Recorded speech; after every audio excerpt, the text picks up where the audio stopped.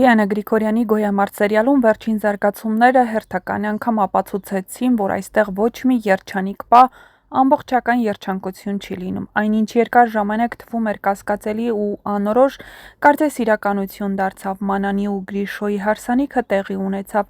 բայց այդ հարսանիքն ավելի շատ ցավի, լռության ու ներքին կոտրվածքների մասին էր, քան ուրախության։ Հրապարակված կադրերից արդեն պարզ է դառնում, որ հարսանիքի մթնոլորտը շատ ծանր է եղել։ Այո, մարդիկ հավաքվել են, երաժշտություն կա, հարսանեկան տեսարաններ կան, բայց գրեթե յուրաքանչյուր հայացքի մեջ զգացվում է լարվածություն,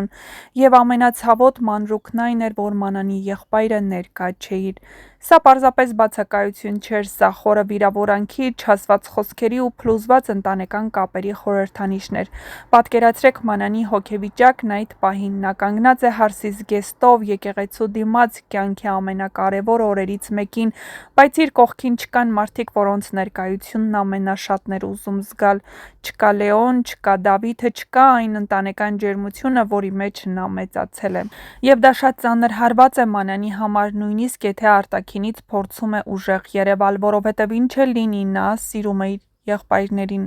Նրանց կարծիքը, ներկայությունը, աջակցությունն իր համար շատ կարևոր են, բայց այս պահին այդ ընտանիքը բառացիորեն մասնատված է։ Լեոյի համար հատկապես անհնար էր ներկա գտնվել այդ հարսանիքին, նա չի կարողանում ընդունել այն փաստը, որ քույրը կապում է իր կյանքը հենց այն ընտանիքի հետ, որ իրենց կյանքում այդքան ցավ է բերել։ Լեոն ներսում շատ վիրավորված է, նրա համար սա պարզապես ամուսնություն չի, սա կարծես վերջնական բաժանում լինի, նա զգում է, որ կորցնում է Մանանին եւ հենց դրա համար էլ ընտրում է չգնալ։ Բայց ամենահուզիչ տեսարաններից մեկը կապված էր Դավիթ պապի հետ։ Պապիկն արցունքներով հետևում էր թոռանը, այդ կադրերը շատ ծանր էին, որովհետև նրա հայացքում միաժամանակ կար եւ սեր, եւ ցավ, եւ հիասթափություն, եւ անզորություն, բայց ամենամեծ հարցը հիմա հենց դա է, արդյոք նա օրհնեց Մանանին, թե վիրավորեց նրան։ Եվ անկեղծ ասած թվում է Դավիթ պապի ներսում այդ պահին երկու զգացում պայքարում էին իրար դեմ։ Մի կողմից նա պապիկ է, նա սիրում է Մանանին անկախ ամեն ինչից, տեսնում է, թե որքան խառնված ու կոտրված է աղջիկը, հասկանում է, որ Մանանը շատ բաների է գնացել ընտանիքը պաշտպանելու համար։ Իհարկե այս պահին նրանք չեն էլ գիտակցում, որ Մանանն այս քայլին գնացել է իր ընտանիքի համար, բայց ամեն ինչ դեռ առջևում է։ Պապիկը դեռ չի կարող մոռանալ, թե ինչպես Մանանը հեռացավ տնից ու ում հետ է կյանքը կապում եւ ինչպես միայնակ որոշում է, որ պետք է ամուսնանա։ Շատ հնարավոր է, որ պապիկն օրհնել է Մանանին, բայց սիրտը կոտրված է։ Այդպիսի օրհնություն, որտեղ սերը շատ է, բայց երջանկության վստահություն չկա։ Գրիշոյի կերպարի համար էլ այս ամենը հետաքրքիր է, նա վերջապես հասել է իր ուզածին, Մանանը հիմա իր կողքին է, բայց հարցն այն է, արդյոք նա իսկապես երջանիկ է, որովհետև Գրիշոն արդեն հասկանում է, որ սերը միայն մարդուն ձեռք բերել է, չէ,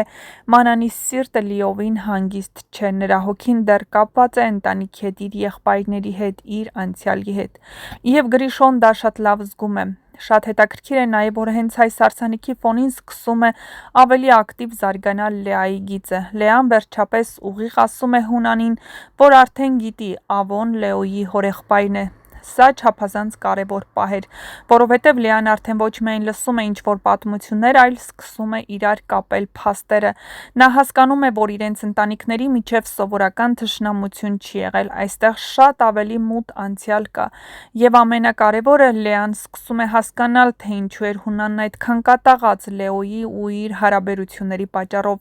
Եթե նախկինում թվում էր, թե սա պարզապես հին կոնֆլիկտ է կամ հոր խստություն, ապա հիմա Լեան զգում է, որ իրական պատճառը շատ ավելի խորն է։ Եվ այստեղ առաջանում է ամենակարևոր հարցը. արդյոք Լեան արդեն կասկածում է ճշմարտությանը, շատ հնարավոր է։ Լեան խելացի կերպար է, վերջին սերիաներում նա շատ է փոխվել ու սկսել է ավելի ուշադիր նայել ամեն ինչին։ Նա տեսնում է Հունանի լարվածությունը, Ավոյի ատելությունը, տեսնում է, թե ինչպես են բոլորը խուսափում իրարից, եւ հիմա, երբ իմանում է, որ Ավոն Լեոյի հորեղբայրն է, նրա ներսում շատ բան սկսում է իր տեղ ընկնել։ Շատ հնարավոր է, որ Լեան արդեն կասկածներ ունի, եւ այդ կասկածը, եթե ուժեղանա, կարող է դառնալ ամենամեծ շրջադարձերից մեկը, որովհետև այդ դեպքում Լեան վերջնականապես կկանգնի հոր դեմ, ու սա կլինի Հունանի ամենամեծ պարտությունը։ Շատ հետաքրքիր է նաև Ինայի պահվածքը վերջին զարգացումներում: Նա կարծես արդեն հասկանում է, որ այլևս հնարավոր չէ ճշմարտությունը երկար թաքցնել, և Ինան, ի տարբերություն Հունանի, փորձում է գոնե երեխաներին փրկել այս կործանվող աշխարհից: Հենց դրա համար էլ հաճախ պաշտպանում է Լեային, փորձում մեղմել իրավիճակը, բայց հիմա արդեն շատ ուշ է: Գաղտնիքները մեկը մյուսի հետևից բացվում են, և թվում է առաջիկա սերիաներում ամեն ինչ կարող է վերջնականապես պայթել, հատկապես եթե Լեան սկսի ավելի խորանալ անցյալի մեջ: Եթե նա ճշմարտությունն իմանա ամբողջությամբ, ապա նրա հարաբերությունները Հունանի հետ այլևս երբեք նույնը չեն լինի: Այս պահին գոյամարտը հասել է այն փուլին, որտեղ յուրաքանչյուր հերոս կանգնած է ճակատագրական ընտրության առաջ: Մանենը ընտրել է սերը, բայց կորցրել ընտանիքի խաղաղությունը, Լեոն ընտրել է արժանապատվությունը, բայց ներսում կոտրվում է, Գրիշոն ընտրել է Մանանին, բայց զգում է նրա ցավը: Լեոն ընտրում է ճշմարտությունը, նույնիսկ եթե դա կործանի իր աշխարհը, իսկ Հունանը կամաց-կամաց հասկանում է, որ այլևս չի կարող վերահսկել իր երեխաների ճակատագիրը, և ամենամեծ գաղտնիքը դեռ ամբողջությամբ չի բացահայտվել: